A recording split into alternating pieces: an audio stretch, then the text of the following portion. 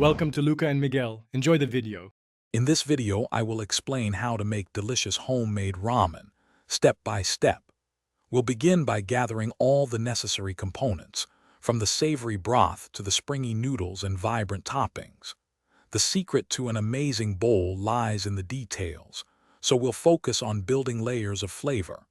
Get ready to transform simple ingredients into a comforting and deeply satisfying meal that you can enjoy anytime. The foundation of incredible ramen is its broth. You'll want to simmer your chosen base, whether it's a rich pork bone broth or a flavorful mushroom dashi, for at least 2 hours to extract maximum flavor. Season it carefully with a few tablespoons of soy sauce, a splash of mirin, and a dash of sesame oil. For the noodles, cook them in plenty of rapidly boiling water for just 2 to 3 minutes until they are perfectly al dente, then drain them well.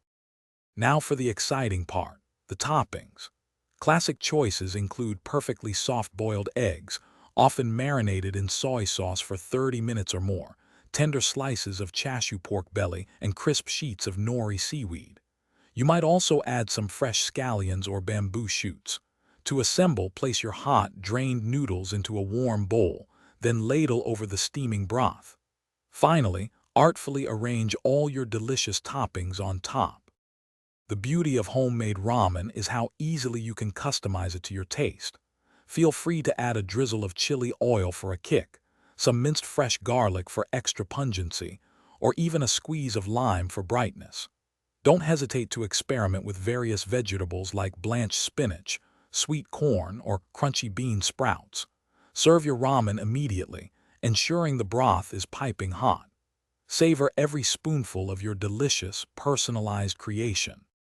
Thanks for watching and please subscribe. It's the best investment you'll ever make.